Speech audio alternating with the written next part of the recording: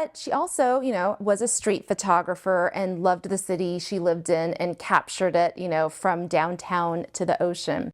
All of the photos she donated are digitized, so you can go to tessa.lapl.org to view the archive. And her photos kind of like run the gamut in terms of subject matter and style. So sometimes, she would take very kind of gorgeous scenic photos of Los Angeles, be it the skyline or the ocean. She would sometimes go to the airport and shoot the planes taking off and landing. But she'd also, just get into her car and just shoot the city from her car. And so here's one example of that. So it's Main Street, it's the Skid Row area, where you can actually see her car, and you can also see the side mirror. So that's how you can kind of identify and get a sense of where she was. So there are a lot of interesting photos like that. She would also sometimes go into buildings, and this is, I think, a really fascinating photo. It's the Taft Building in Hollywood, where she had the vantage point to look into the building, and so we can kind of see people working. So it's very rear window, this photo. And then there are iconic photos of the Hollywood sign. Here's just a really interesting rear view of the Broadway Hollywood sign. And I mentioned she shot on a number of different mediums. So we also have color photos. And so we have some slides.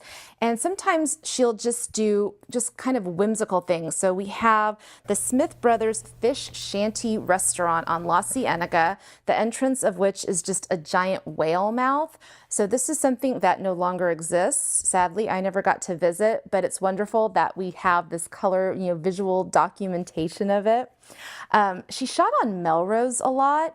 One of the images that really resonates with me is this image of Aardvark's Odd Ark secondhand clothing store, vintage clothing store on Melrose. And this was a shop I would go to quite a bit in the late 80s and early 90s. My mom, when I was in high school, she would take me there to do back to school shopping. And so this is an image that, just brings back a lot of memories. So I think Carol's is a collection that, if you want to see the city kind of as it was in the 80s and 90s, it's there. If you lived through it, I think you can go and it can generate a great deal of nostalgia. And I think it's just also interesting to kind of see a photographer's perspective. So, we have all of these photos in our collection, and I think a lot of times people will search for specific things, which is great. But sometimes it's also, I think, nice to look like at a photographer's body of work to kind of get a sense of what resonated with them and how they were viewing the city. And I think it also points out how important it is when, photos are posted online that the photographers need to be credited because, it was their vision. They produced this. And in Carol's case, she very consciously wanted to make sure that the world had access to her photos. So, the least we can do is honor her by crediting her. So again, if you want to visit Carol's archive, you can go to tessa.lapl.org, where there's also over 135,000 photos and counting from our entire photo collection.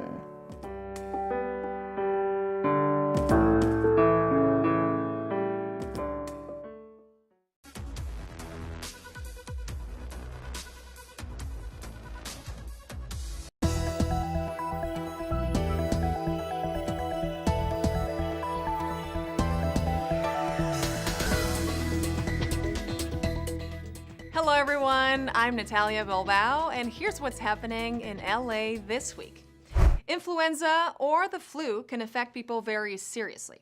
However, there are some preventive measures anyone can take to reduce the likelihood of catching the virus. We got the latest information from Keck Medicine of USC.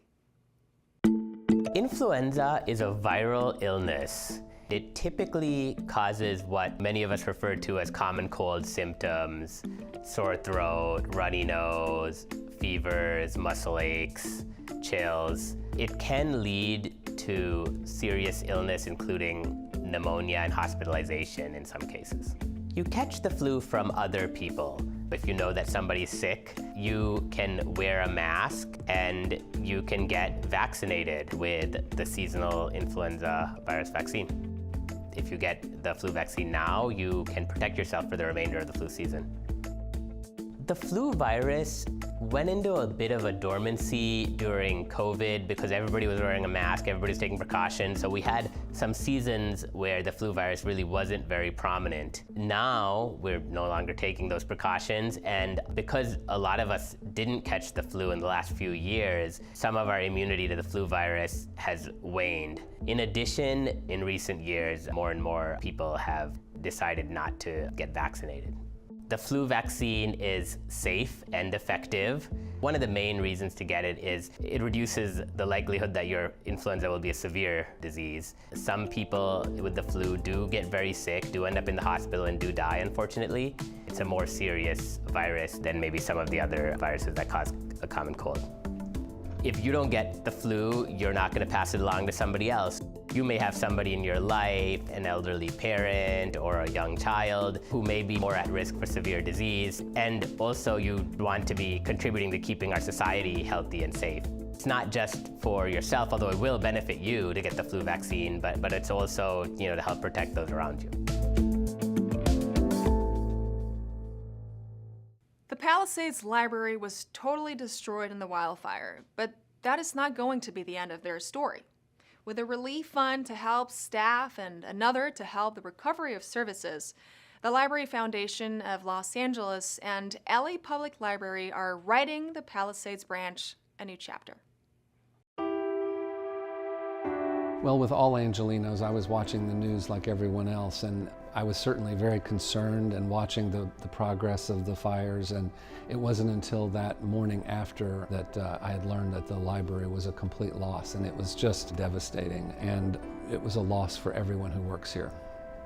Because libraries are centers of community, they're essential, they serve absolutely everybody. Building that center of community back, and building it back is to do that. Within days of the wildfires breaking out, the Library Foundation of Los Angeles created two funds. The first was the Palisades Branch Recovery Fund, and the second was the LAPL Staff Emergency Fund.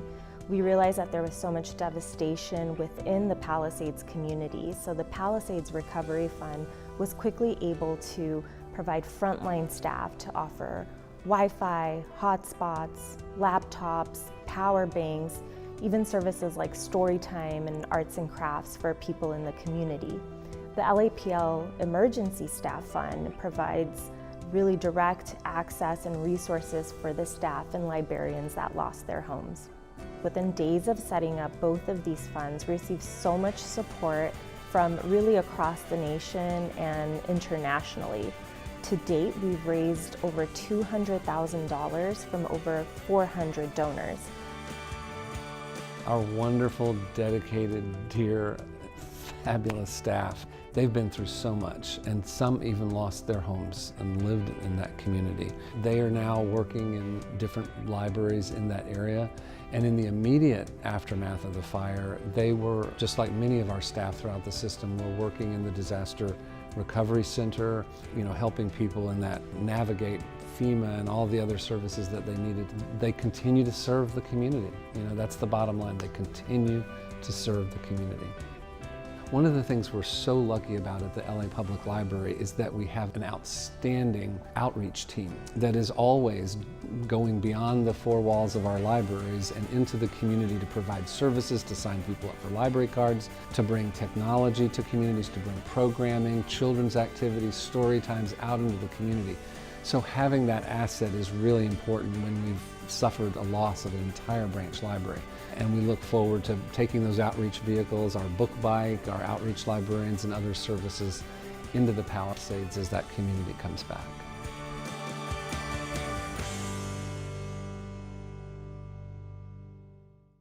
Now to Atwater for the reopening of a playground. With more shade overhead and more play structures, the Chevy Chase Playground has upped its game for the younger users of the park.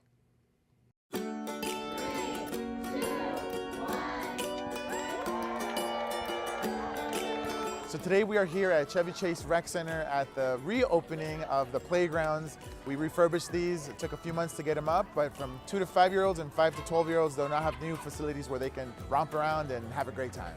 As you can see, there's new shade structures over these new playgrounds. There's all types of adventurous things for the kids to get involved with. So it's just a great new addition to this gym here in Atwater Village. We really use the space a lot. The kids love it. My son uses it all. Yeah, he's using the basketball courts, he's using the playground, he uses the skate park, and also the rec center inside for basketball and karate. So we love it here. Our rec centers are a place where families can come, have a great time, the kids can exercise, parents can get a little break, and so we want to make these hubs as accessible as possible, and so rebuilding them is a priority for our office.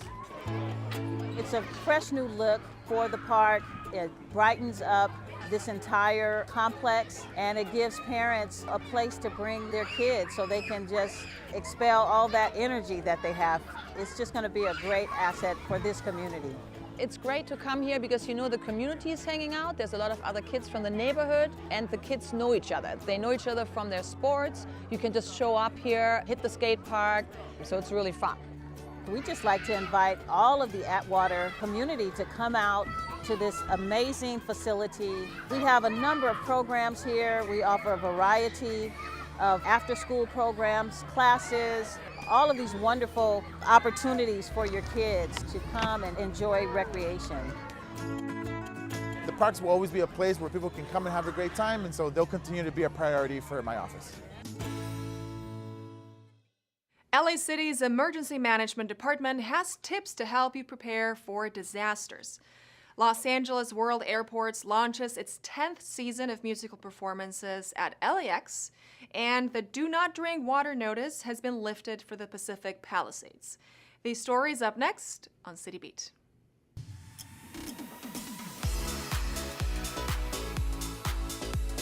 As spring approaches, the Los Angeles City Emergency Department, or EMD, wants Angelinos to know it's important to be prepared for an emergency. The EMD states that disasters are a matter of when, and you can prepare by documenting your property beforehand and making sure you have adequate insurance coverage. For alerts, warnings, and up-to-date information, sign up for the City of LA's free mass notification system, Notify LA, at emergency.lacity.gov/notifyla. Be prepared for any disaster by creating a checklist for your critical documents and valuables in case of an emergency and for insurance purposes. To find out more information, visit emergency.lacity.gov/newsletters.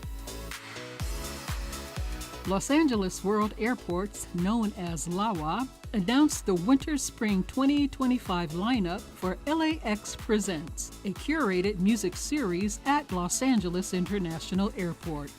In partnership with Rum & Humble and Dub Lab, the series is staged in locations across domestic and international terminals and runs through June 2025. According to LAWA, LAX Presents elevates the airport to a thoughtful venue for experimentation and forward-thinking philosophy in the arts. Celebrating its 10th season, LAWA is pleased to host 16 standout artists in a variety of music genres in the first half of this year. For more information, go to lawa.org/news-releases. In a continued effort to lead the recovery from the LA wildfires in the Palisades, Mayor Karen Bass announced the Do Not Drink notice has been lifted as of March 7, 2025. The LA Department of Water and Power, LADWP, worked 7 days a week to flush and test the water pipes, working closely with the state to meet the requirements to safely lift the Do Not Drink notice entirely. This announcement was made with recovery leaders at the city's new Unified Utilities Rebuild Operations Center, where staff works directly with LADWP customers and contractors. Mayor Bass also worked with Governor Gavin Newsom's office to ensure homeowners can access as-built plans and allow the city to automatically reissue permits for homes built in recent years. To find more information, go to mayor.lacity.gov/press.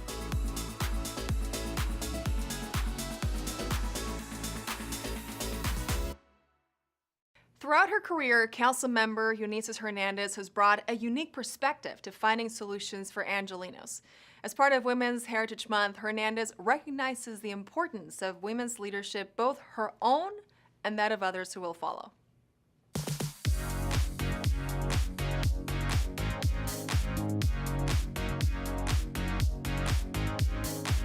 Today is a very special day. Even though we wish it was all the time, today we celebrate. Women's Heritage Month, for me, it means that we as women are not only uplifted and like we recognize our leadership, but what I've had to learn is that you have what you need already inside of you, because oftentimes the perspectives you bring wouldn't be brought if it wasn't for you. And so stand in your power, stand in the space, and make sure that you hold the door open for others so that other women can follow. There's a few people that I looked up to as a child, like Frida Kahlo, who is a Mexican artist.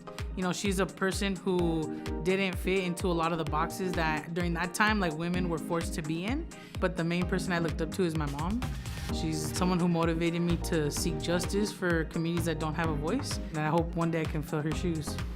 Growing up, I played basketball in high school, and I did track and field in high school and college. I was a hammer thrower.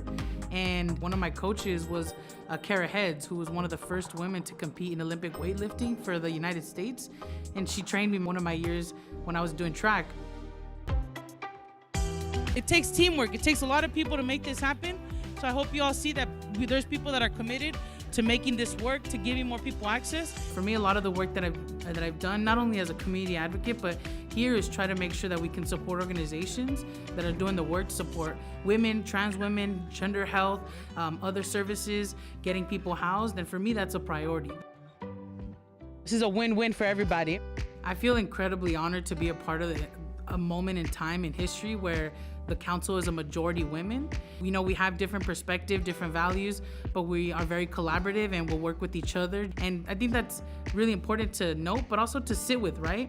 Because there are other women that are gonna come behind us. We wanna make sure that we can make room for all of them. And so it's heavy responsibility. My message to people who are thinking about running for office, particularly women, don't be afraid. This is a new time. So do it, lánzate, build a community, and it's gonna be hard, but you can do it.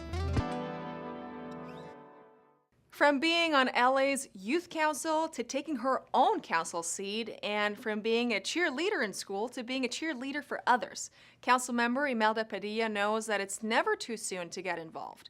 As part of Women's Heritage Month, Padilla encourages others to do the same.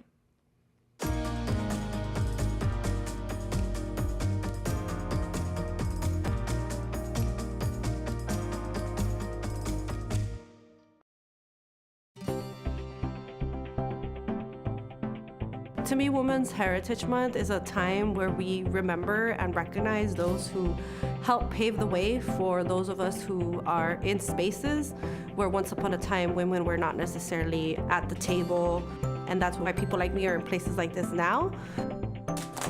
I had a lot of great teachers in high school. I had teachers that very much encouraged me to go to college. Some CD6 pride in the house. I was very active with cheerleading and track meet, and I was very active with extracurricular activities. One of the activities that I used to do after school when I was in high school was part of the Olivia Mitchell LA Youth Council. It's named that, but I was actually there when she was a staffer and running it. So I've known Miss Olivia Mitchell for a long time, and I learned a lot about the city there, and I also found my voice in being able to talk about how I perceived issues in my community. One of my favorite parts about becoming a council member at this time in history is that we are close to half women. The most exciting part is that we all have very different backgrounds, and I feel like we're such a reflection of the communities that we represent. So voters really chose somebody that embodies their district. We bring that perspective of our communities and our own individual stories, and we do definitely collaborate a lot more when it comes to things that we don't necessarily agree on. So it's refreshing, it feels a little less intimidating. It very much feels like we're a group that's ready to get stuff done and challenge old norms. My advice to anyone who is considering running for public office is that it's never too early to start. Pick your passion, pick your issues, and start to build your base. LA's public library is bigger than buildings and so much more than books. As it looks to the future, City Librarian John Szabo spoke to Stacy Lieberman of the Library Foundation of Los Angeles to discuss how the library can continue to support every Angelino's story. We're here at Central Library for a really interesting program called Beyond the Stacks, the Library of the Future, where the city librarian John Szabo and I will be in conversation about the importance of our libraries in civic life and the role they play in inspiring Angelinos and providing the resources they need, and also responding to what's needed in the future. I want Angelinos to know that their public library system is dynamic, it is constantly evolving. All of the things that they expect from their public library, all of those warm, fuzzy things that they might remember from their childhood about libraries, still happen in our central library and our 72 branches across the city. So the Beyond the Stacks event today brings together a lot of different stakeholders for the library and just general library lovers. We're really excited for them to learn more about the incredible and impactful work that the library is doing. When we think about what we can do, we always think about how libraries are bigger than buildings and more than just books. There's so much to talk about. I think the important role that libraries play in digital equity, the fact that we check out laptops and mobile Wi-Fi hotspots through our Tech2Go program, all of the work that we do serving teens and young people with Teens Leading Change, which is entirely funded by the Library Foundation, all of the programs that we have around early childhood literacy with toddlers, our Read Baby Read program, which is our effort to establish a relationship as early as we possibly can with young Angelinos, providing books and resources to parents with newborns. All of the services that the library provides to Los Angeles' immigrant communities, helping people take that first step on the path to citizenship, our exhibitions, and also I hope that they'll know that we're a caretaker of the history of Los Angeles, because we want the library to be a place for everyone's stories and a place where those stories are preserved as well. There was a lot of really great information shared at today's forum, at today's panel. It was very fascinating to me because I, once again, was brought back to the sentiment of, I had no idea the library did this.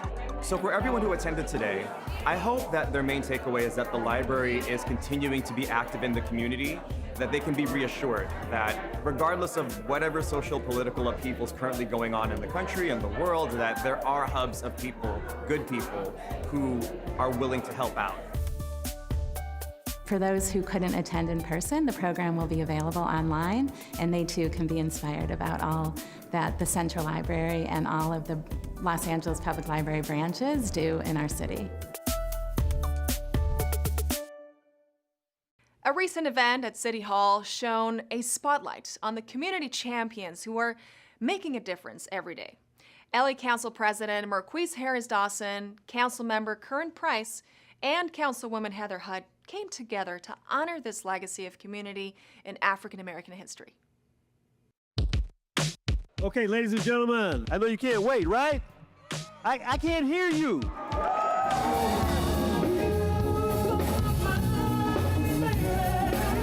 The forecourt celebrating African American Heritage Month. This is a culmination celebration that we're having right here at City Hall. It's so exciting to be here celebrating community champions. We're doing a good job in our communities.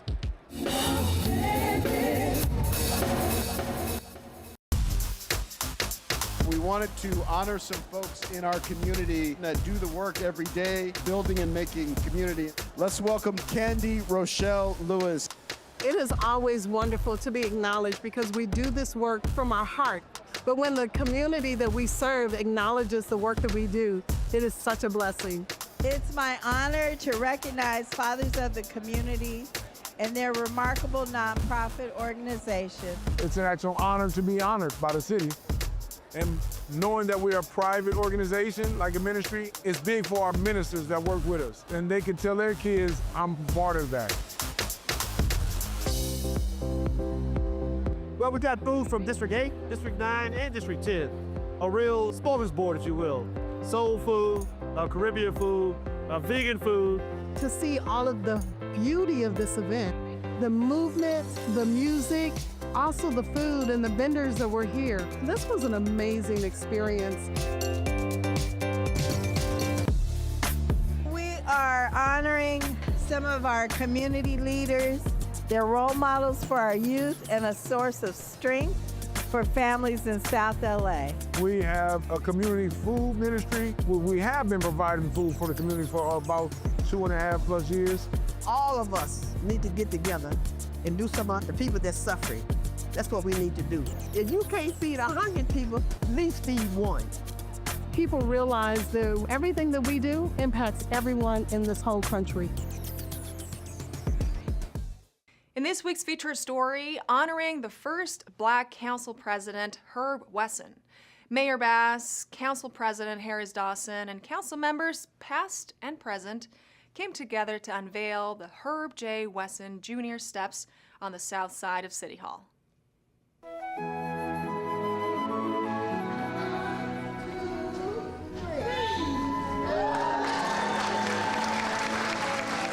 When I began to be a public servant, it wasn't about this.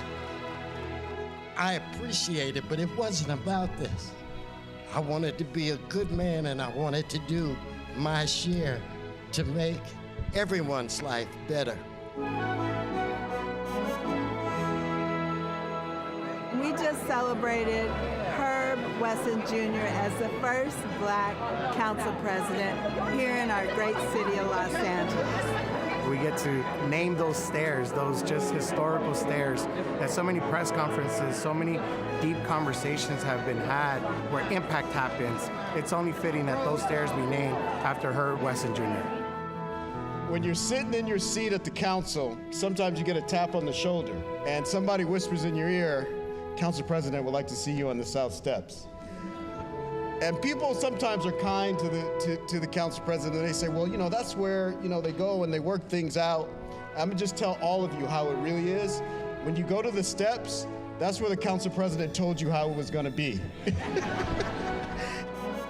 It's really hard for me to articulate why I'm here today. I cannot believe that steps leading into City Hall have been named after me. While you were a member of the council, you led the minimum wage fight, the bid for the Olympics. You were a key part of the leadership for that. Leading the bond measure HHH, which led to 10,000 units of housing. Congratulations, Herb. Very, very well deserved. Thank you. I want little black boys and little Latino girls to walk up and look at that plaque on those steps and say, not only can I do that, I can have a bigger plaque.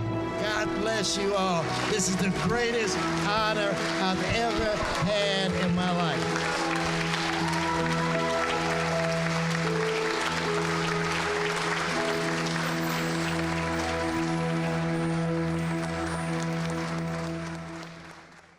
In this week's Things to Do, enjoy the rescheduled Lunar New Year Golden Dragon Parade.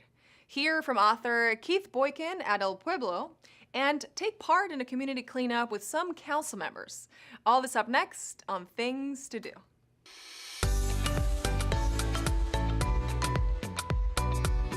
Join LA City's Department of Cultural Affairs and the Chinese Chamber of Commerce of Los Angeles to celebrate the Lunar New Year at the Golden Dragon Parade. Due to the wildfires, the parade was postponed from January and now takes place on Saturday, March 22nd at 1 p.m.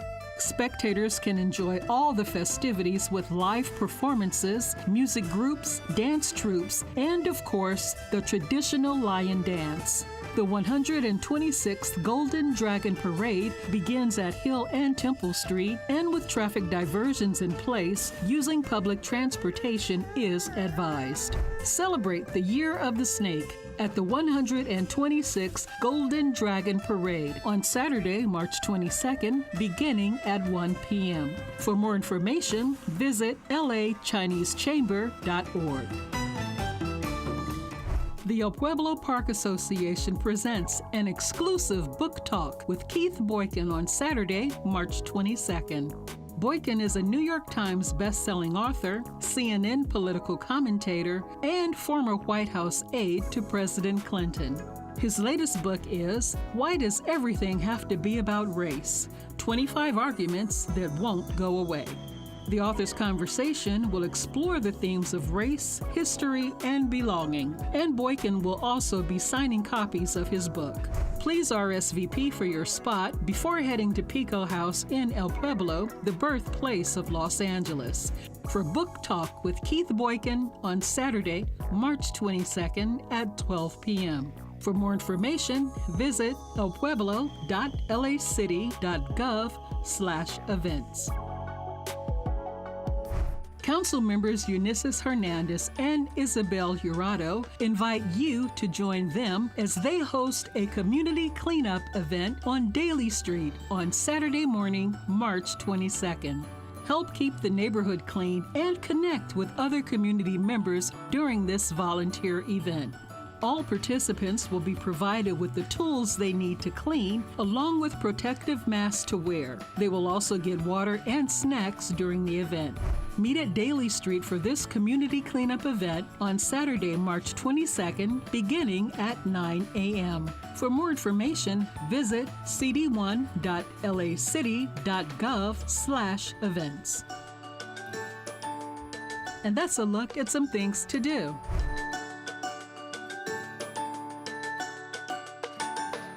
And that's all for this week. I'm Natalia Bilbao, and from all of us here at LA This Week, thank you so much for joining us. Remember that you can watch us online anytime at lacityview.org, and we're also on Instagram, Facebook, X, and YouTube. See you next time for more LA This Week.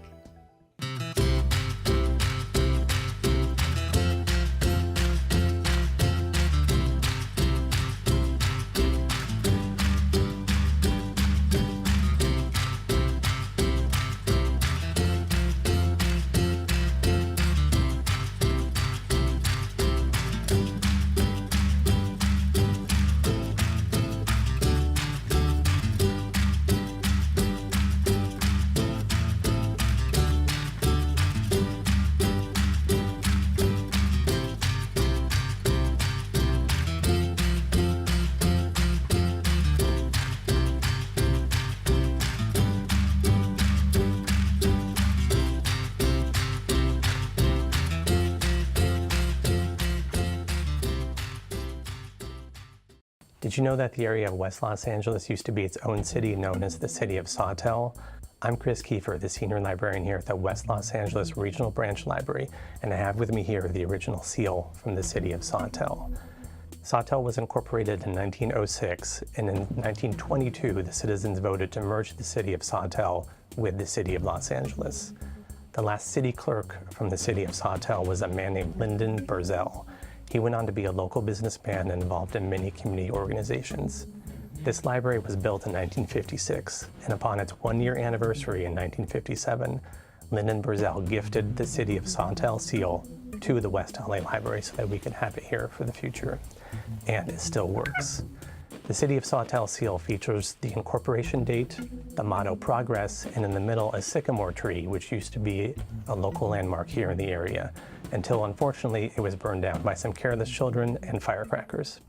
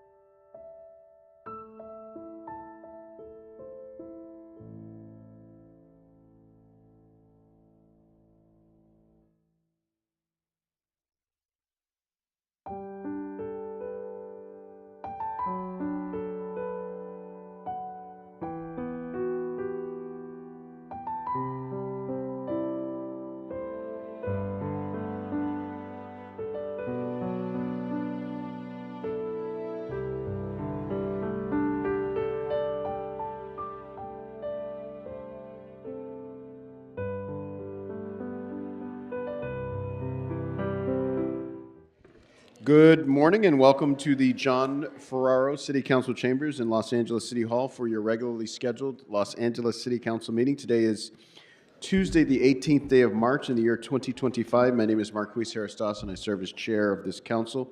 Mr. Clerk, let's begin our proceedings by calling the roll.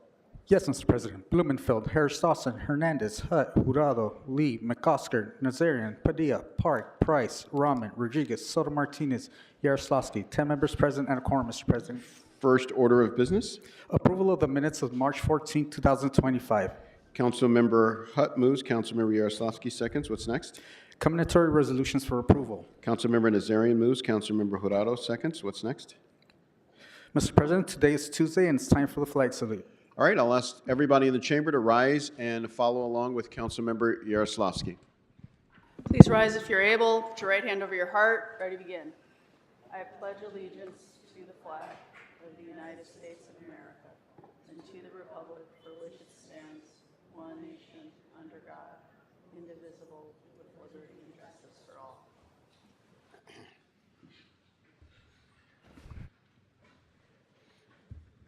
All right, Mr. Clerk, let's run through our agenda. Yes, Mr. President. There is a request to continue item 1 to Tuesday, May 6, 2025. All right, without objection, that'll be the order. Items 1 through 13 are items noticed for public hearing. Items 14 through 28 are items for which public hearings have been held. Items 29 through 31 are items for which public hearings have not been held. Items 32 through 36 are closed session items considered by the Budget and Finance Committee. 10 votes are required for consideration. All right, without objection, those items are now before us. Members, are there any specials on the west side? Mr. McCosker? Thank you very much, Mr. President. Excuse me. I'd like to call item 20 special. I know that we've had public comment on this already, although we have community members that want to speak to it in our public comment session, and I would like to make comment after. Okay. Thank you. Number 20, Councilmember Nazarian. Thank you, Council President. I'd like to hold item 2 on the desk for amending motion that'll be circulating shortly. All right, item number 2, Councilmember Hernandez.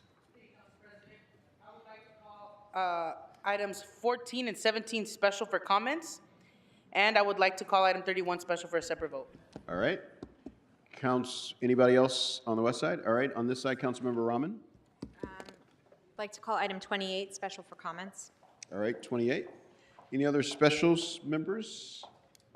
All right, seeing none. Mr. Clerk, what items are available for the council to dispose of at this time?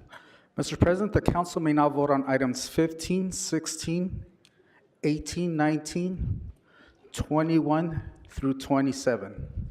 All right, those items are now before us. Let's open the roll, close the roll, tabulate the vote. 11 ayes.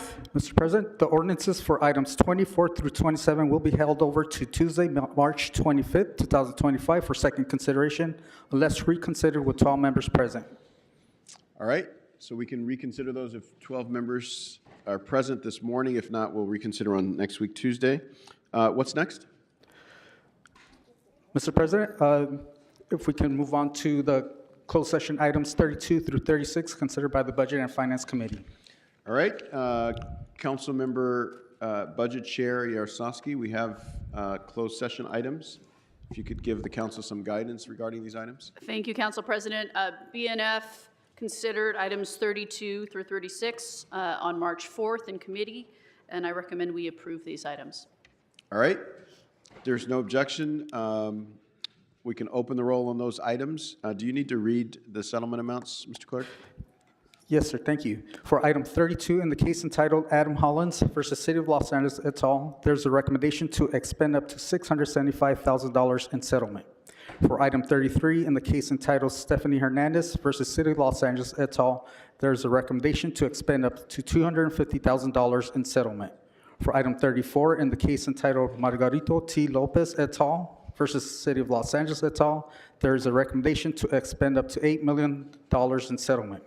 For item 35, in the case entitled Andrea R. Noctiburin versus City of Los Angeles et al., there's a recommendation to expend up to $95,000 in settlement. And for item 36, in the case entitled D'Artagnan Wallace versus City of Los Angeles et al., There's a recommendation to expend up to $100,000 in settlement. All right, those items are now before us. Let's open the roll, close the roll, tabulate the vote. 12 ayes. And Mr. Clerk, we have 12 members present now. Can we reconsider? Yes, sir. The council may now reconsider items 24 through 27. A vote is required for consideration. All right, let's open the roll on reconsideration, close the roll, tabulate the vote. All right, now that question is before us, that item is before us, rather. Let's open the roll, close the roll, tabulate the vote. 12 ayes. All right. 12 ayes. Mr. President, there's a request to send items 24 through 27 forthwith. Without objection, that'll be the order. What's next? Mr. President, the council may now consider items 14 and 17 called special by Councilmember Hernandez for comments. All right, Councilmember Hernandez. Thank you, Council President. Colleagues, the City of Los Angeles has a real opportunity to modernize how we engage the public in our budget process. Cities like Sacramento and Oakland have adopted interactive, data-driven tools that make budget decisions more transparent and accessible, giving residents a clear understanding of how funds are allocated and a greater voice in the process. The motion before you seeks to close the gaps in our current system by improving how we collect, visualize, and share data. It directs the CAO with the assistance from multiple city departments to report back on all existing city online budget assessment tools. It also calls for recommendations to modernize these platforms by integrating community surveys, data collection strategies, and visualization tools that make the budget more transparent and accessible to the people we serve. It's time to give Angelinos what they need to know about where their tax dollars are going and the power to influence where they go next. Colleagues, I ask that you support this motion and help us take a crucial step towards modernizing how we communicate about the budget with the people we serve. And I also want to add, colleagues, and this for both motions. Colleagues, Los Angeles is a world-class city, but our ability to remain one depends on how effectively we can do more with less, not just in terms of funding, but also within an arbitrary one-year budget cycle that literally undermines our capacity to plan for the future. A city of our scale should not be forced to make multi-million-dollar decisions on rushed timelines when the challenges before us, like skyrocketing housing costs, homelessness, and climate change, demand strategic, long-term solutions. Infrastructure investments need continuity, and the departments need stability. Colleagues, what if the city budget truly reflected our shared values? Right now, it doesn't. Because the budget process fails the very people we serve, it's fast-tracked, and it shuts out additional opportunities for real, meaningful public participation.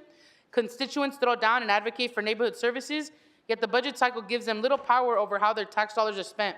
And that's unacceptable. This motion instructs departments to analyze the potential impacts of switching to a 2-year or multi-year budget cycle. It calls for recommendations for the implementation of a biannual and multi-year budget schedule, as well as the adoption of a capital infrastructure plan. We are one of the largest cities in the country without a capital infrastructure plan. That's wild. The truth is, major cities have already figured this out. They've moved toward multi-year budgeting because it works.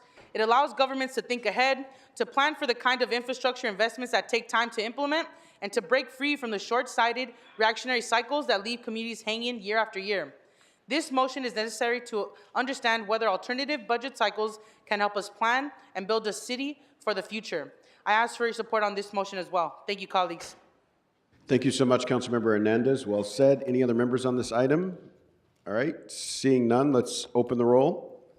And for the Yes, record, sir. This vote is for items 14 and 17. Okay. The roll's been opened. Let's close the roll, tabulate the vote. 12 ayes. All right, what's next? Mr. President, the council may now consider item 28, called special by Councilmember Rahman for comments. Councilmember Rahman. Thank you so much. I am excited for this item to be at council today, almost 4 years after I introduced this motion.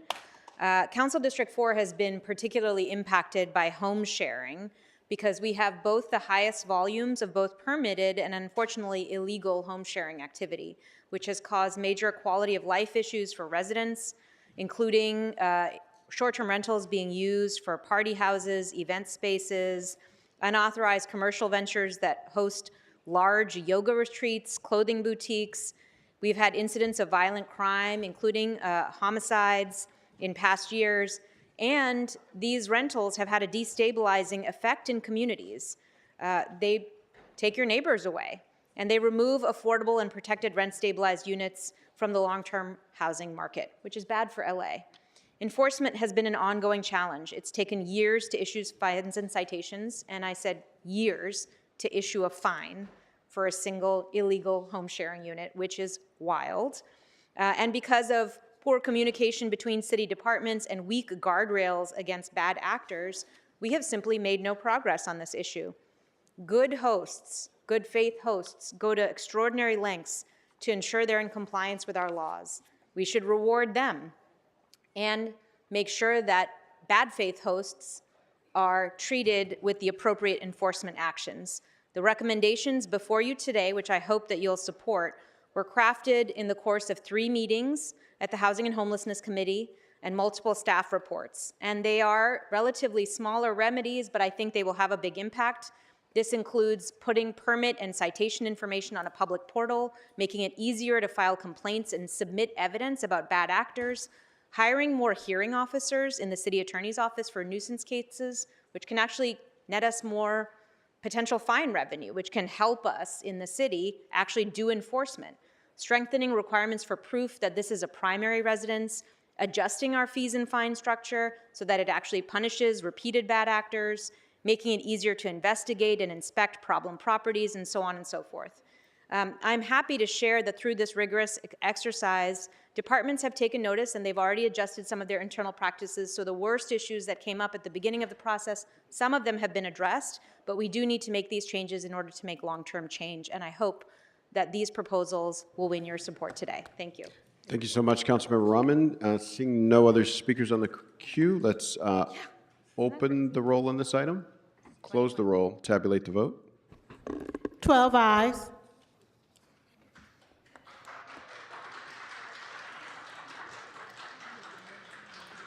All right, what's next? Mr. President, the council may now move on to public comment. All right, let's prepare for public comment by reading instructions to the public record. To people providing public comment, when it is your turn to speak, please state which of the agenda items you'd like to speak to. You will have 1 minute per item, up to 3 minutes total for the items open for public comment. When speaking on the agenda items, you must be on topic. Our goal is to get through as many speakers as we can. If you are not on topic, or if we cannot tell whether you are on topic, you will get 1 brief warning from me or the council president. At that point, you need to get immediately and clearly on topic. If you do not do so, or if you again stray off topic, you will forfeit the rest of your speaking time and we will move on to the next speaker. The items open for public comment on the agenda are items 2 through 13, item 20, and items 29 through 31. So again, the items open for public comment on the agenda are items 2 through 13, item number 20, and items 29 through 31. Item number 1 has been continued to May 6th. Members of the public may also speak for up to 1 minute for general public comment. During general public comment, members of the public may speak to any of the items or anything else in the city's subject matter jurisdiction. We will tell you when your time is up. Just a couple more announcements. If I could have the interpreter make this one aloud to the room, please. If you require a Spanish language interpreter, please make sure to pause every few sentences so the interpreters can interpret. Muy buenos días. A las personas que van a hacer comentario público en español, se les va a dar interpretación. Por favor, hagan una pausa cada 2 oraciones o 2 frases para que la intérprete pueda interpretar. Gracias.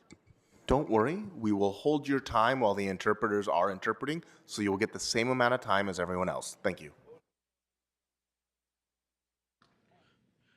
I will now call names to speak.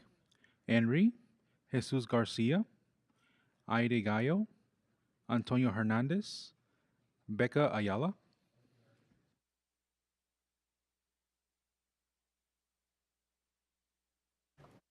And speakers, remember, you do not need to speak in the order in which your name was called. So as soon as you hear your name called, please feel free to line up on your left-hand side of the council chambers. That's over here to the left.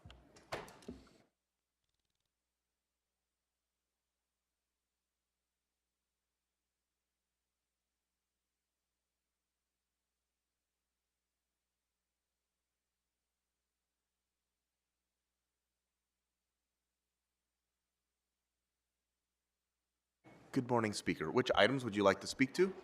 Item 28, the one that was just, I'm sorry, you said which items? 28, the one that was just talked about right now. Okay, so you have 1 minute for the item. Go ahead. That's right. All right. Good morning, council members. My name is Antonio Hernandez. I am a community resident of CD9 and also an organizer with Strategic Actions for a Just Economy, also known as AGE.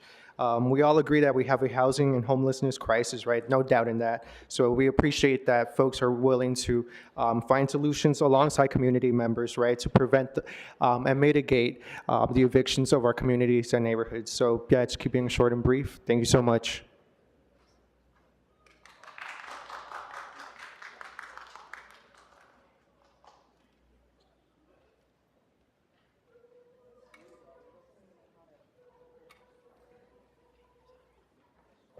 Good morning, Speaker. Which items would you like to speak to? Yes, general and all items on the agenda. So you have 3 minutes for the items and 1 minute for general public comment. Please begin with the items. Go ahead. All right, so beginning with the items, I see that about 2 through 10 is all regarding funding on various light fixture projects. And I can tell you a great way that you can obtain money for the execution of these projects. The fact of the matter is the city is broke, and a great way to get some money is you charge Scientology for parking permits. Speaker, this is not on the It is agenda. related because You're it's welcome talking to about speak budgets, during and it's general public installing, comment, but the way you please can stick do to the that, agenda a great items. way to get revenue is that you can install hold his time parking really quick? meters Right. on So, Speaker, your Elron time is Hubbard Way, paused, so I'm going to need you to and stop that your will public greatly comment. help you You are now when you disrupting my actually ability to try provide you to with instructions. finance these projects. Speaker, You're politely, talking about your a time has been paused, so this is your last $2 million warning. Do not disrupt this meeting. Allow me to provide you with the instructions. So, one more time, your time is not running. You need to speak to the agenda items only during the initial 3 minutes. You've been warned already for being off topic. If you do it again, I'm going to move you to general public comment where you can talk about this item if you'd like. Start his time again. So again, when it comes to getting money for some of these projects, what better way to get money than actually go and seek money from the constituents? How do you do that, sir? How can you get money from the public? What's one way they can generate revenue? Tell me if that's on topic. Tell me if installing parking meters on public streets is one way that the city generates money, and if that money can be used for public projects. Yes or no? Go ahead, answer that. Answer if that's relevant or not. Okay. Tell me So if I'm going to move you to getting general money public from the comment. Before we constituents do, is relevant to the it topic is a way at to hand. generate money, but it's If not getting related to money this to the item. public So you works have 1 minute through for general parking public meters comment. is off topic, then you tell me, all right? The fact of the matter is, on Elron Hubbard Way right now, several violations of LAMC 56.11 and 56.12 blockading the public right of way. Each charge, each day, unique. Every single day that it happens, $2,500 fine and 647 PC. That's a misdemeanor that you can charge not only the individuals that commit it, but entities as well. That's a criminal violation. That's what Scientology has done. They owe you guys at least dating back to June when they've done the blockade of the public right of way. I did the math. It's about $1.5 million, upwards of $2 million for each of the planters that they put up there. And the only reason they took them out is because we, the people, brought it to your attention to force them out. But you still fail to go and get money for those violations. They owe the city millions of dollars. What are you going to do about it, sir? What are you going to do about it? The definition of selective prosecution and malicious prosecution is you go after people individually, and that's... Speaker, your time has expired. Next speaker. Before And the as next re- speaker comes up, I'd like to call up more names. Audit LA, Bruce Heyman, Christina Brinklin, Don Dyers, Elise Swanson.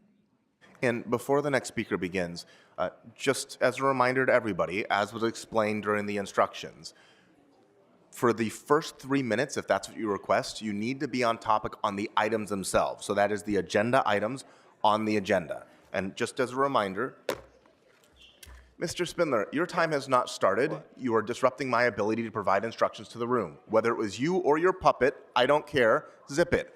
This is your first and only formal warning. Do not disrupt this meeting. So as a reminder, the items open for public comment on the agenda are items 2 through 13, item 20, and item 29 and 31. If you'd like to speak to anything more broadly than that, then you're welcome to do so as long as it's within the city's subject matter jurisdiction during general public comment, for which you will have 1 minute. Good morning. You have 3 minutes for the items and 1 minute for general public comment. Yes, thank you, asshole. So let's see here. Number 12.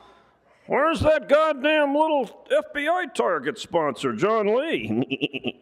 And 99031. West Superior, what a shithole. Why, that's worse than McOscar's district. What a filthy fucking piece of shit. For $1,200, I say waive the fucking lien. And then we have relative to rejecting the offer for future alley. Yes, look at that. Adrian Goatherder Nazarian is doing the right thing. Let's give him a hand. Beautiful. Yes. Too bad he's not here today. He's back having a hot dog, but when he returns filling his face, tell him I support number 2. When you're doing a good job, Goat Puppet will tell you. When you don't, you get the horns. Then we get number 4. Let's jump there. Another one. Improving light districts. No, we're against that shit. Fuck that. Then we have number 5. KDR Slosky. Yes, sir. The fake anti-Semite. Bitch is trying to tax her goddamn people. Yes, and there. Look at that. Look, Marchese, look at that city attorney with his evil. And then we have Hamburger Hernandez on number 6. Hamburger Hernandez, when you need a helping hand. Yes, sir. Look at this. Street lighting. Fix the street lights, bitch, in your district first before you tax anybody else in your street lights. Hamburger Hernandez has no working street lights. Did you know that? Did you know that, Noodle? Did you know that, Stalin? She has no fucking street lights, and she wants to tax more people for street lights. Then you look over here. Kevin with the skirt on number 7. Trying to tax people for lighting. At least she has a few lights in her district. Oh, look. Then we have Stalin. Yeah, Stalin on number 8. Fucking the homeowners. Why don't you fix your fucking street lights over there in historic Filipino town? As Noodle waves her hair, fingers to her hair. And then we have number 5 of number 9. See how I did that? Fuck Katie Yaroslavsky and any motion she ever presents here. And then, of course, Buckethead, the biggest disappointment since the birth of Mr. Grote, yes. Look at this, trying to tax his fucking homeowners while you lying, conniving little shit. And then he does it again on number 11. And finally, the cheerleader Imelda Padilla screwing her fucking landlords. General and now public for comment. the general comment, you can read the papers all day, but we have good news. If you want to see our mayor, she'll be here tomorrow at 9 a.m. with Marchese down the hallway in a secret meeting, yes, in the back of the chambers. It's called the Executive, what is it called? Executive Employee Relations Committee. Yes, and they don't televise it, and Pumpkinhead knows that they don't even record it. It's a secret meeting sponsored by Pumpkinhead. You know, Pumpkinhead, when you're in front of that grand jury in another year or two, I just can't wait to see. How many times do you think that this asshole's going to claim the Fifth Amendment? Let's go take it. 25, 30? Yes, how many times? And finally, Hamburger Hernandez, will you fix the south portion of 8th Street on the streetlights between Alvarado and Hoover? We'd appreciate you completing the job. Oh, and fuck you, Speaker, Bob. your time has expired. Next speaker.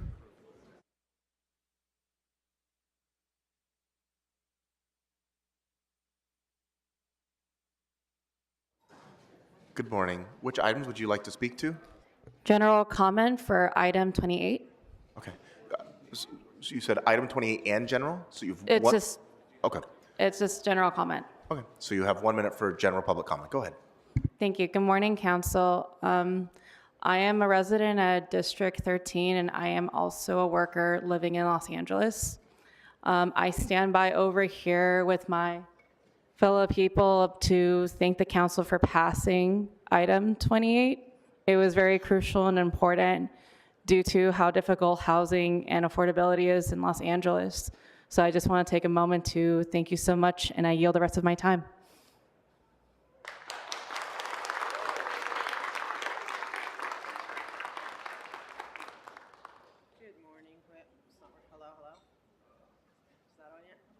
Try it again. Good morning. I would like all comments and public comment. Okay. Good morning. We can hear you Good now. So morning. you have 3 minutes for the items and 1 minute for general. Please begin with the items. Go ahead. Thank you, sir. I want to start off with lighting, the lighting issues. Basically, I don't know if you're aware of this, but Smoke and Scan has like really cool, like he follows police chases, okay? And when Smoke and Scan does the police chases, it's like the best because it's way better than anything that any of the main news, puts out for So these Speaker, police I'm going to need chases. you to connect this to the items. Yeah, the please. lighting, I am saying, okay? Let me get there. Give me a chance. Jeez. Okay.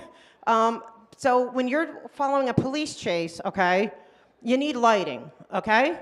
And that's the thing. The city is so dark, and it's broad. It's all over the place. Every one of these items, like how many items? And, so the police need to have lighting. The people trying to run from the police need lighting. Smoke and Scan needs lighting. Smoke and Scan's, chat needs lighting so we can see. I need lighting so I can see Smoke and Scan's chat, okay? I mean, his chasing, okay? So please fix all the lights. And as far as the one when it comes to mapping, I don't know if you're aware of this, like with mapping, I'm all for fixing the maps. I'm sure Smoke and Scan can agree. But basically, you need to update the map too, which isn't on this agenda. It needs to be, so I'm asking you to amend it to include L. Ron Hubbard Way because you have it. You've been enforcing no parking there, but it's not a red curbed thing. And I asked Mr. Hugo's office whether or not it's really a no parking street, and they don't have an answer. DOT doesn't have an answer, so can you please update the map Speaker, before you interrupt you're me? welcome to speak to this during general. Well, but for no, now, that's please about stick to the mapping. items. I want you to amend. Can Mr. McCosker, sorry for butchering your name, didn't mean to do that. But he's reasonable. I would think he would want, the maps to be current. Right, sir? Right. Thank you. And then about the police, the money donated to the police. I'm all for them getting extra money for the budget so it isn't such a huge burden on the taxpayer. And that way maybe we could reduce the public portion of it so we can actually fund our fire department. And that way we don't have, so when there's a fire, they can actually have vehicles and stuff. I think Smoke and Scan might agree with me on that, we want our fire department funded as well. So I agree with giving donations, but what I don't like is getting like money from places that don't have to tell you who's donating to it. Like, I'm here to talk about Scientology, right? So what if they're donating this money because they have they want all this favor with the city and with the police? And so they could be donating this $45,000 because it looks like it's coming from the police foundation, but it's not. It's coming from someone. So can you guys please let us know who is donating the money to them? General public comment. Okay, general public comment. Okay.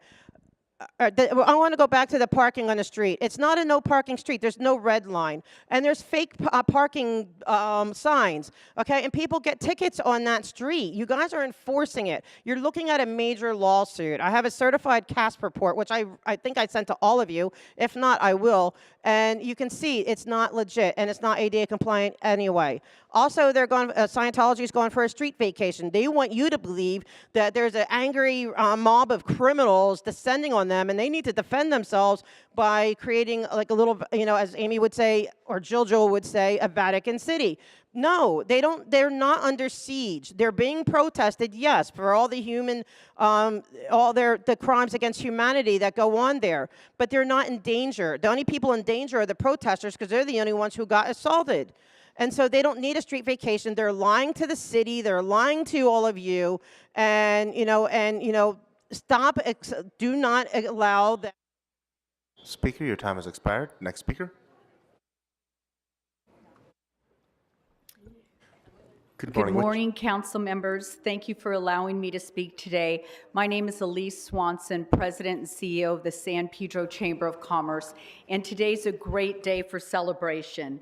I'm here today on behalf of our board of directors who have enthusiastically supported the establishment of a Jedi Zone in San Pedro on Pacific Avenue. This historic corridor and commercial corridor serves as a vital artery for both residents and visitors, but unfortunately has experienced prolonged conditions of blight and economic stagnation. I'm here today on behalf of our board to thank Councilmember McCosker for working with our community for the past 2 years on the establishment of this zone.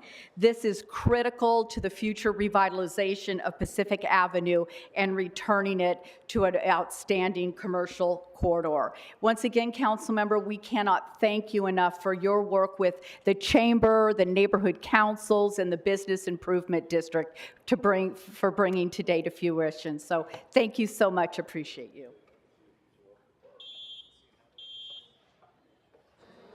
Good morning. And which items would you like to speak to?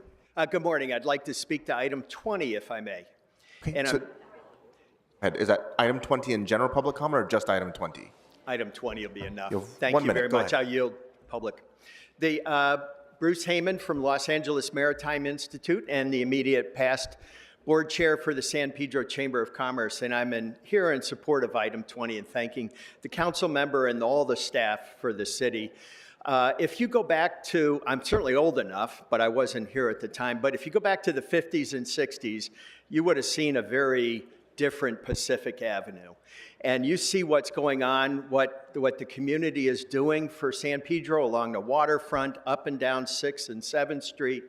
Pacific is next in our what we want to work on. And so this is going to be a very valuable tool for us to try and bring it back to what it was in the 50s and 60s, though with more current vehicles. Thank you very much for the support.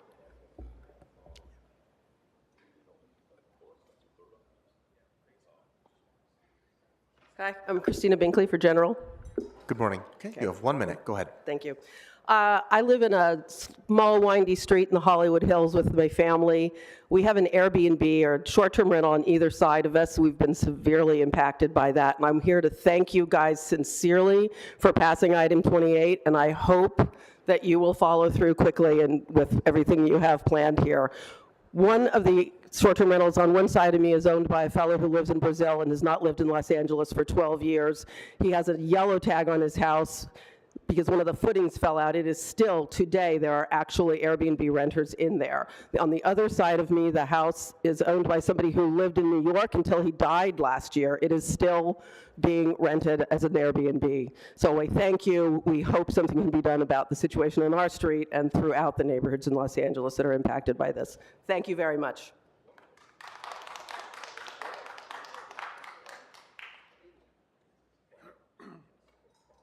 Good morning. Which items would you like to speak to? I'm not allowed to speak to the item I'm allowed to speak to, so I'm just going to do a general comment because you've So you have taken 1 minute. Go ahead. item number 28 off of the docket. My name is Don Deers, and I live in Council District number 13, and I'm here to call you out as taking the bribes from the hotel industry. I'd like to have it on public comment that the hotels do not own their hotels. They are franchises. Today, there are 1,200 hotel brands. In 1990, 3/4 of the hotels were owned by independents. Now, a third are. This is a money grab, and I want it to be clearly visible to everybody in Los Angeles exactly what's going on, and so that each of you are called out, including you, Ms. Rahman, because I think that it is clear that when you throw in these stumbling blocks in front of us as homeowners and wanting to rent a room in our home, and then we have to be fingerprinted, and what's next? And then there is no accountability. There is no one to answer the phone. There is no one to be at an office. Yeah, I could keep talking. You guys live with yourselves. Speaker, your time has expired. And I know the time can go by rather quickly. If you would like to provide additional written public comments, you of course can do so, and those are not time limited. They are written comments, and you can do that at lacouncilcomment.com. You can find that URL at the very top of the agenda. Good morning. Which items would you like to speak to? I'd like to speak to 28 and also a general comment after. Okay, so item number 28 is not open for public comment, but you can speak to it during general, so you have 1 minute for general public comment. Go ahead. All right. First, I'd like to thank 28 being passed and Raman's leadership on this. I live in Hollywood, and it's been egregious, the amount of Airbnb. So thank you, Raman. Thank you for the council for passing it. Tomorrow, there will be an agenda item regarding neighborhood councils and whether or not they should allow youth and or term limits. It's very aspirational. Unfortunately, as a member of the Neighborhood Council, which already tried to have a youth chair several years ago, youth chair was rotated out very quickly because they could not wait until 10 p.m. for the closure of the meeting. Pragmatically, neighborhood councils are in the evening once a month, and it would really impinge if the bylaws all of a sudden are restricted. So I would ask the council to please look at what has gone before. Also, as far as term limits, 2 years. Right now, the neighborhood council I'm running for has a difficulty filling the positions. We have 1 open, everything else except for 3. There's only 1 person running. Most of them are continuing on. So please, thank you very much for your consideration of what's already gone before. Next speaker. Before the next person speaks, I'd like to call up more names. Ellen Evans, Esmeralda Gonzalez, Iris Grage, Kiara Rosales, Lucy Chilangua.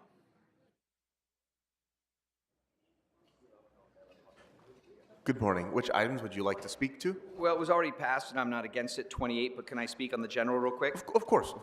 So you have 1 minute for general public comment. Good morning, City Council. My name's Chris Murphy. For 40 years, my home in the Hollywood Hills has been my sanctuary. As an only parent to a 15-year-old, I've faced financial challenges, but Airbnb has transformed my life and my daughter's future. I am proud to be a superhost, providing a welcoming space for families who otherwise couldn't afford to stay in Los Angeles. This isn't just about money, it's about offering families an affordable option to visit our city. I personally welcome every guest, verify their identity, and explain the house rules. This personal touch is crucial in preventing issues like parties and disturbances. It's surprising that keyless entry hasn't been addressed in proposed regulations, as it could exacerbate these problems. As a responsible host, I've contributed significantly to the local economy. I've collected over $100,000 in city taxes. However, the building department's inefficiencies have caused me and the city to lose thousands of dollars due to unnecessary delays. I urge you to distinguish hosts like me from those who abuse the system. We deserve a fair chance to continue making positive contributions to our city. Thank you.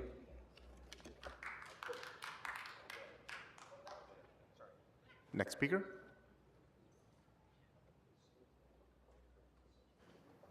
Good morning. Which items would you like to speak to? Good morning. I'm going to speak on general. My name is Ellen Evans, and I'm speaking on behalf of Bel Air Beverly Crest Neighborhood Council. First of all, I want to thank Councilmember Yaroslavsky for pushing forward the repair of Caribou Lane, and we hope that this will be done expeditiously. Second, thanks to Councilmember Rahman and staff for the incredibly hard and persistent work on this. It's been a long time since the 2020-21 motion on this topic. We support all efforts that improve enforcement of all elements of the ordinance so that its application is ultimately as was originally intended. We know that there's more work to do, and we urge council to help get this to the finish line. Thank you. Before the next speaker speaks, I'll go ahead and call more names. Luz Adriana Zavala, Margarita Ramos, Maura O'Neill, Melissa Dogo, Noah Suarez, Raul Macias. Good morning. Which items would you like to speak to? Good morning. Item number 28, please. So you have 1 minute for general public comment. Go ahead. Thank you. Hi, good morning, council members. My name is Iris Craig, and I'm speaking on behalf of Strategic Actions for a Just Economy. I want to thank you for your leadership in protecting Los Angeles renters by adopting all recommendations from the Housing and Homelessness Committee to strengthen the home sharing ordinance. Your commitment to closing enforcement gaps and preserving our city's rent-stabilizing housing is a critical step in ensuring that long-term residents can remain in their homes. By moving forward with these recommendations, the council has taken meaningful steps to ensure the home sharing ordinance is a tool for protecting, not undermining our rental housing stock. Thank you so much.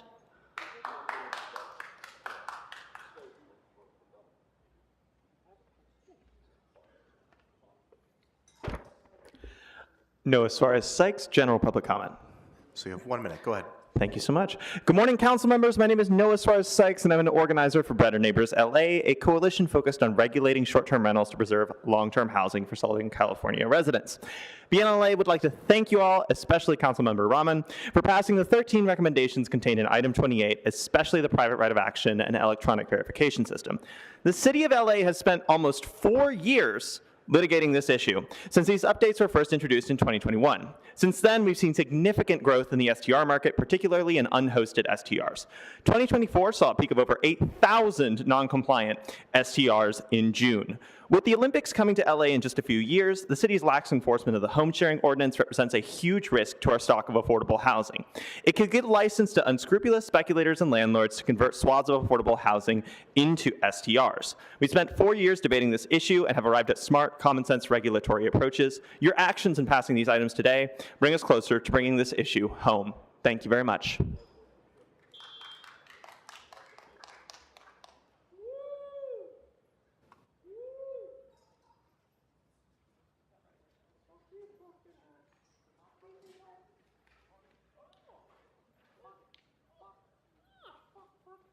Good morning, Mr. Herman. You have 3 minutes for the items and 1 minute for general. Please begin with the items. Go ahead. I'm not Herman, asshole. It's me. I'm a puppet. And I want to speak on items 2, 4, 6, 8, who the fuck we appreciate. So let's go to the first item, Mr. Asshole Attorney, which is about the maintenance on lighting. There's several lighting situations here that Smoke and Scan and I agree with. LA's fucked with this maintenance shit. We don't believe in it, right? Right. So, let me explain to you about Carlay Place.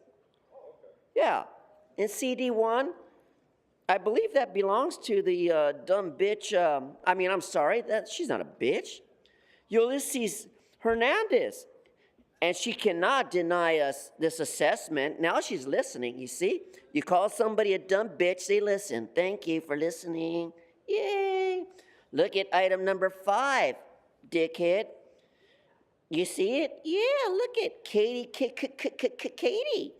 Oh, Katie has continued consideration for the protest and maintenance on the Heights Boulevard street lighting district. Maybe you can get some more prostitutes out there if you put sufficient lighting to do their work. Oh, but what's more interesting here is that, and I'll put it on the record, fuck the police. Who the fuck pays the police $8 million for the Newton division? That's fucking crazy. And then look at here, you dumb bitch. Another police department. $675,000 of the taxpayers going for the Los Angeles Police Department for retaliation. That's the same fucking bullshit I've been talking to you guys about for years about the city of Los Angeles. Anti-SLAPP, strategic lawsuits against public participation. Speaker, which item are you speaking to? Well, you got item 20, 29, 30, and 31, asshole. Pay attention. I'm just a puppet. You got to pay attention. So let me go to 31 again and reiterate this shit. Yeah, $45,000 to help Los Angeles. Oh, no, this is fuck women who fuck police officers in the association under LAWPO of the 29th annual. Is that possum or is that supposum? Well, whatever the fuck it is, I don't fucking care. Because as far as I know, that fucking fool up there doesn't follow me very carefully talking about this agenda. There's so many light districts. Matter of fact, I found another one. Look at here, fool. I got 4 seconds on that motherfucker to talk to you about. Oh, no, forget it. General Fuck public item comment. 8. Now, as far as I and Mr. Herman will put on the record about a dirty nigger, we're talking about the conspiracy and bribery of corruption in Los Angeles. And we've just found out that has just opened up a budget to provide the public with housing issues. Well, I don't believe that, black bitch. Because I'm the only dirty nigga here to talk about corruption cases. Look at, we got Kerwin Price going to court this Thursday. Ooh-wee. We're going to bury the niggas. We intend to do our part and give our state rights like that dumb bitch, your mayor, who's fighting with the chief of police over this fire crisis. Now, if I'm wrong, somebody tell Jonathan Grote to suck a dick like this one, but I'm a puppet. I don't got a dick. I got foam. So stick it in your mouth and shut the fuck up. Thank you, sir. Time has expired. Next speaker. So, Council President, I'm being told that Mr. Herman, your time is done. Do not disrupt this meeting. So I'm being told that there are no other speakers in the queue. Would the Council President like to close public comment? All right, thank you to everybody who came to offer public comment for today's meeting. Mr. Clerk, what items are available for the council at this time? Mr. President, the council may now vote on items 3 through 13, 29, and 30. All right, let's open the roll on those items, close the roll, tabulate the vote. 13 ayes. All right, what's next? The council may now vote on item 31, called special by Councilmember Hernandez, for a separate vote. All right, any comments on this item? All right, seeing none, let's open the roll on this item. Councilmember Hernandez, we're opening the roll on this item. Close the roll, tabulate the vote. 12 ayes, 1 no. All right, what's next? The council may now consider item 20, called special by Councilmember McOsker, for comments. We yield the floor to Councilmember McOsker. Thank you very much, Mr. President. I appreciate this item being called special and giving our public an opportunity to speak on this item. I'm grateful to the San Pedro Chamber of Commerce and the leadership of Elise Swanson. She was here with one of her board members who spoke, Bruce Heyman. I believe also Rebecca Morales was here as well, who's a board member. And so we've had this great partnership with the Chamber of Commerce in San Pedro and our office and the Business Improvement District and the neighborhood councils and the entire business community in and around Pacific Avenue.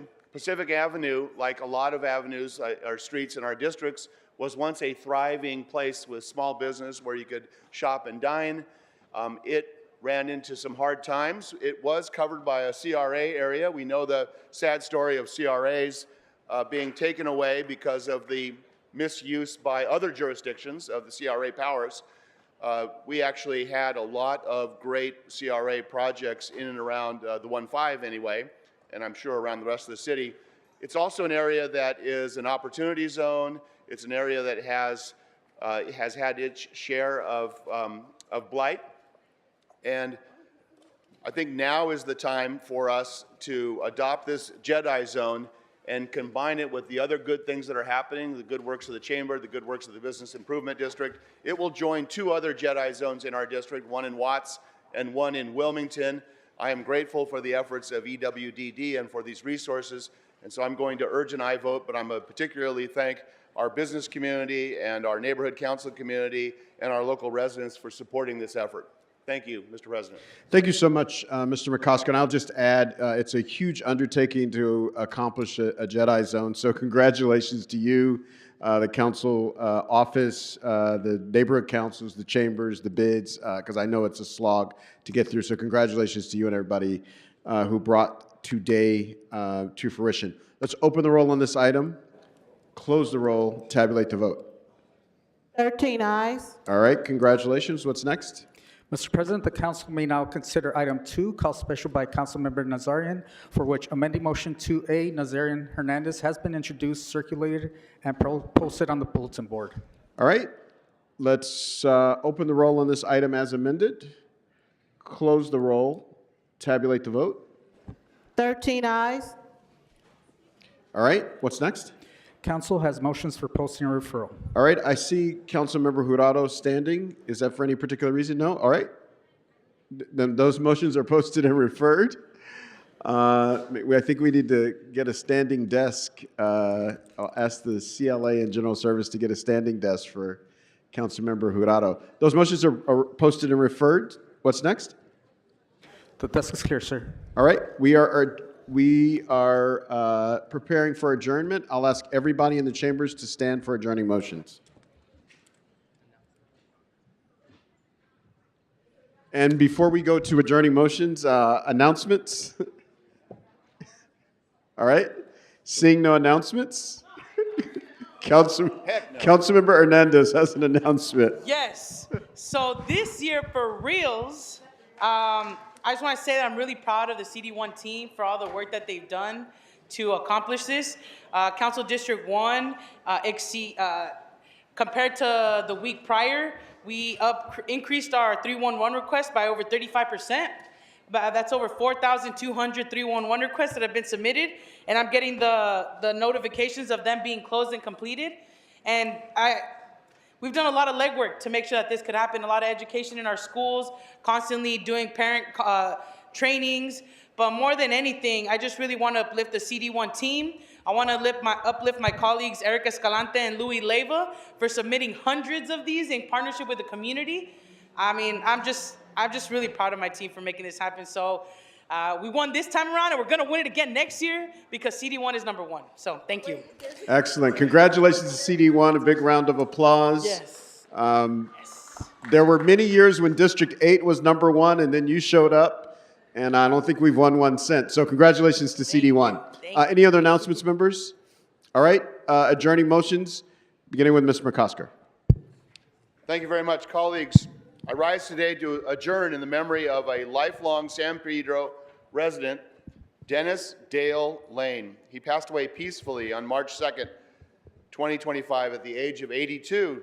Dennis was born on December 27, 1942 to Josephine and Harry Lane. He grew up on 11th Street in San Pedro and attended San Pedro schools. Dennis was a proud member of the Sires Social Club, and he served his community in so many capacities.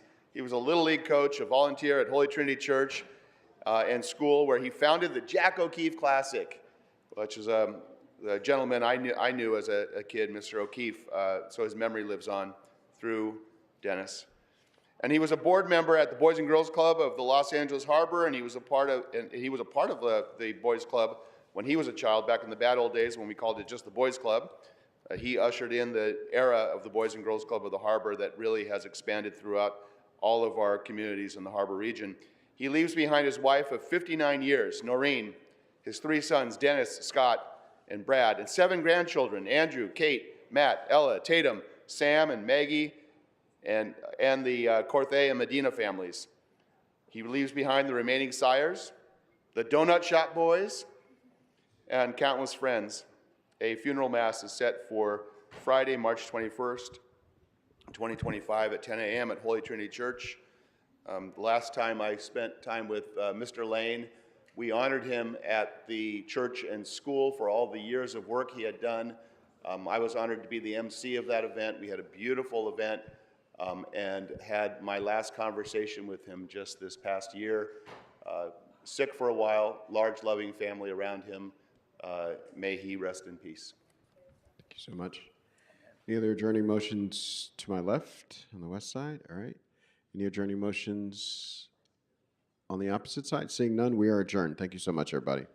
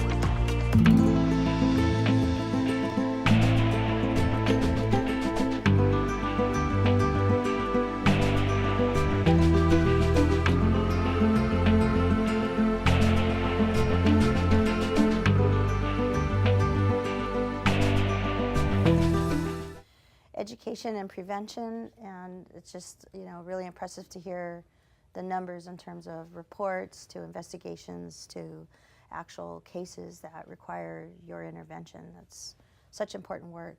Great question. Thank you. Khalil. My question would be, so when it comes up to child abuse, we normally see what is there, the physical aspect. how can we see signs of the mental aspect? How can we see when somebody's in distress? So that's a great question, right? Easy to see things that are physically, there and in our face. But in terms of detecting when somebody might be going through some mental health challenges or even child neglect, right? We have to also be mindful of our own biases, right? Because, and we use this as a very standard example, but like a clean home to you might be different than my clean home, right? But it actually only detecting when there's abuse and neglect. So for kind of signs to look out for are changes in behavior, changes in sleeping patterns, eating patterns, level of interest. Maybe that individual usually likes to, rock out to music or hang out with their friends, but all of a sudden they're kind of just, withdrawn a little bit, or not hanging out with their friends, or with different types of people, different crowds. So anything that's kind of out of the normal for that individual is something just to kind of ask more questions about, right? It doesn't mean that for sure there's abuse or neglect, but that's something that we want to say, like, hey, what's going on with, Khalil, or what's going on with, Jenny, because something looks a little bit different. And that's why I think schools are really important, because schools is where kids go every single day. And teachers get to know their students over the year, school year, and they can notice if there's any changes in behaviors, and whether, and just a simple question, of like, how's it going? And that child, you could save a child's life. So important. Teachers see their students every day, but we know that in the city of Los Angeles, we have departments that provide services to young people both before and after the bell, and they are interacting with young people on a daily basis. So they could also notice behavioral changes that might be something. The other thing I wanted to touch on that you mentioned was, we have to understand that sometimes what may appear as different or someone might consider as neglect is actually, could be an issue of resources or lack of resources, could be something related to poverty. And so, this notion of being a mandated supporter as well as a mandated reporter, I think is important for folks to just be aware of. So thank you for that question. Great question. Quinn? Of course. I'm also sort of wondering, you mentioned a lot of the cases when you do go into that 60,000 number of the cases that you're going to go investigate, you choose to not intervene in a lot of them. What's the thought process behind intervening or not intervening in a particular case? So social workers actually have to do a full assessment. The call could come in with some allegations, and the allegations could be, let's say, emotional abuse, right? But when a social worker goes into a home, they're doing a full assessment because that's just the information that we received at the time, and it could be that the child is also going through some other issues that we want to make sure that we're addressing. So they interview all the parties in the home. They try to get a good sense of like, what is the family's strengths? What supports do they have in place? Both kind of informal and formal supports. Do they have a strong family unit? What have they done in the past when they've had challenges? Because, life happens and we all have challenges. And so they do a full assessment, and if it is physical abuse as an allegation, they may have the child go for a medical screening, or a forensic interview. So it just really depends on where the investigation leads them and what they actually find when they get to the home. And then you have to just be, the social worker has to be sensitive to the age of the child. How many kids are in the home? Are there any special needs of the kids? But also the parents, right? Are they a single parent?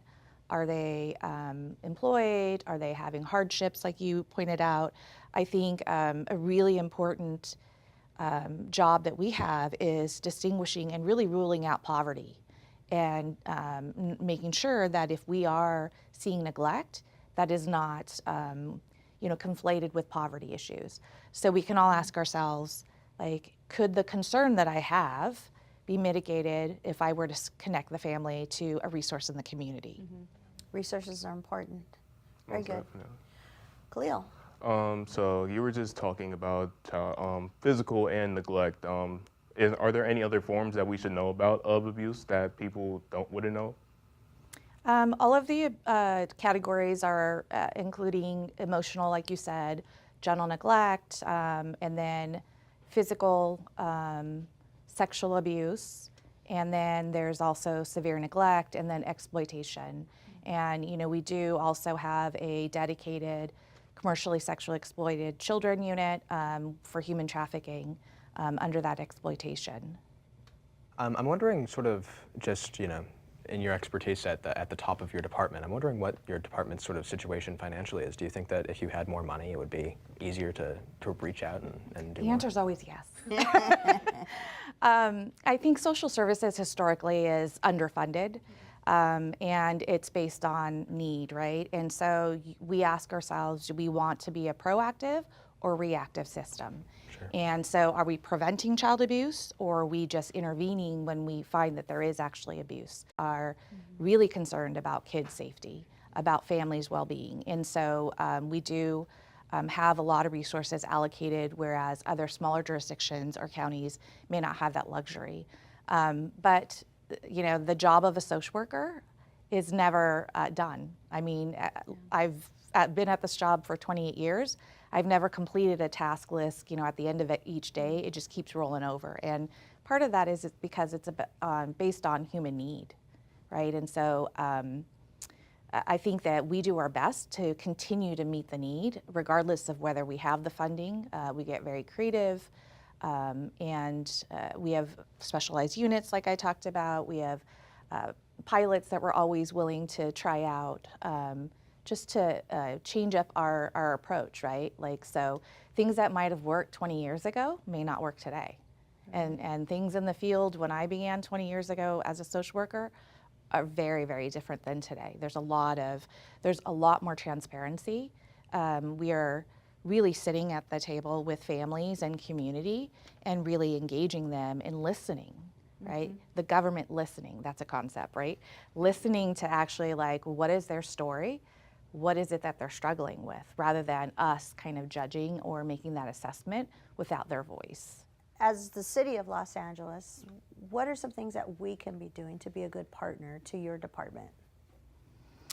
I think really it's about integration and collaboration. Okay. The thing that I've learned about government is we are all well-intended, and we have a lot of wonderful programs and services for families. But the one thing that we struggle with is really integrating our approaches and our efforts. And that's because we're so large. For any one family, they might have various interactions with different agencies, different departments. And so I think the goal always is to work towards how do we serve each family together, right, holistically. So then, they also feel like all of their needs are met. And there's kind of this one-stop approach, and we're also sensitive to our impact and intrusiveness on families. Yeah, that makes all the sense in the world, just sharing information. I'm sure there's families that are being serviced by both the County of Los Angeles and the City of Los Angeles, and if we could just talk to each other and share resources, and I think resources are key. Like I mentioned before, we work with young people all the time, outside of school time, and having resources available to both them and to their families, and understanding what to do if there is an issue and who to contact is just very important. So great conversation. I want to thank you for coming into the studio today, and thank our students, and we'll be right back.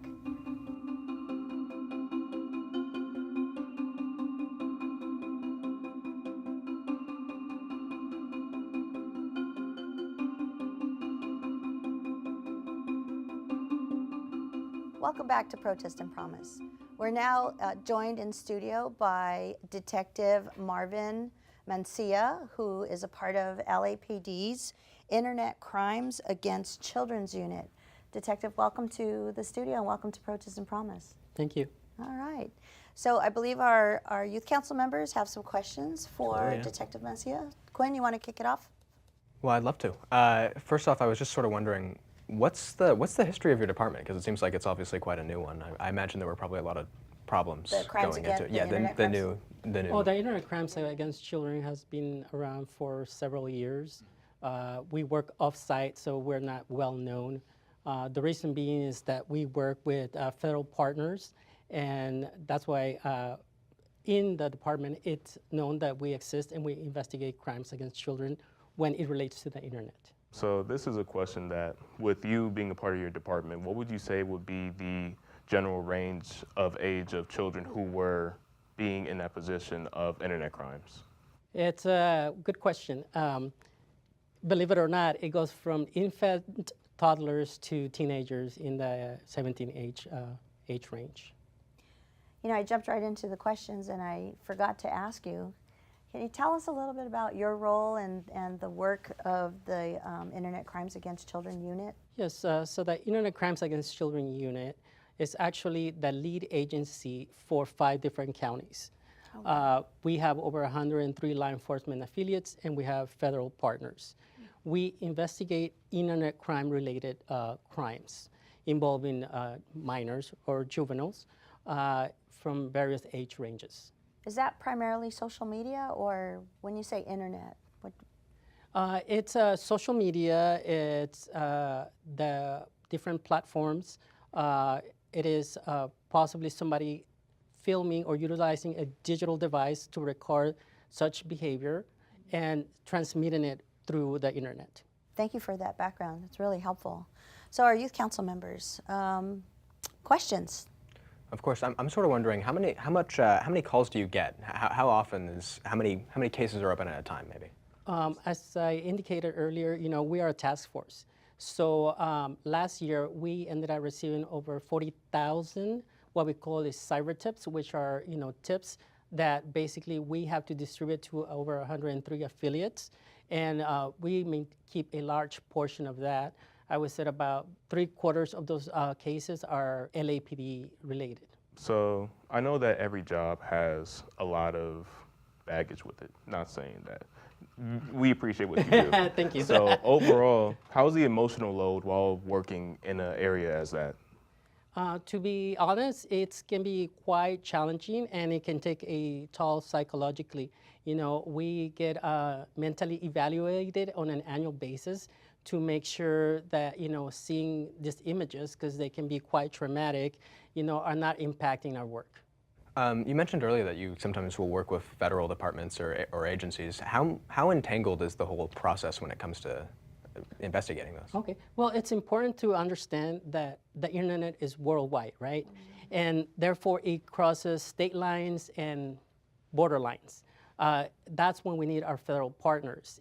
For example, we are Los Angeles Police Department with law enforcement powers in the state of California, but if, for example, a suspect or a criminal that related to an internet crimes lives in another state, we can work to our federal partners who will reach out to their partners in the other states and assist us with the investigation. They also have attachés abroad that can work with those countries' law enforcement agencies in order to identify and prosecute these individuals in their countries. Great question. Yeah. And then in what ways can we try to educate or try to give pointers for young adults or youth that can prevent them from being in internet crimes? Yes, I think it's important to realize that whoever you're communicating with might not be the person that you think it is. These individuals, you know, are smart because they will do research on their potential victims. So if you have social media, make sure you set it to private mode. If somebody's asking you to befriend you, you know, and you don't know them, don't befriend them. But it's also very important to realize that these types of crime are not just committed by strangers. How frequent does that happen, where it's sort of student-on-student crime? You know, it happens frequently.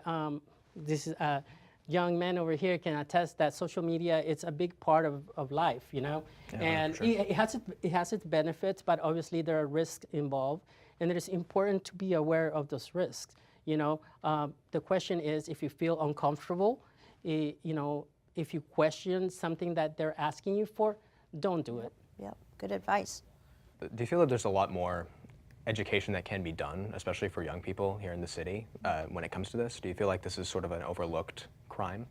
Well, all you have to do is look at children. As soon as they get into a vehicle, or if you go to a restaurant or any public setting, what do they have in their hands? A phone. A digital device, right? Whether it's a cell phone or a tablet. And so that has to start early on, and it has to carry on as we become, or you guys become youth. You need to be aware of the risks involved, and it comes down to education. It is important for everyone, parents, law enforcement, and school districts, to make the youth aware of the risks that are involved out there. And then what would be the best way to reach out if somebody did, or wishing, probably, not wishing, but like God forbid it, but Yeah. like, what would be the best way to reach out to somebody or reach out to a prevention line? Well, the first thing to do is obviously report it to a person of trust. And there are certain mandated reporters, such as, teachers, doctors, social workers. It depends on how that victim feels comfortable with. They can go to a local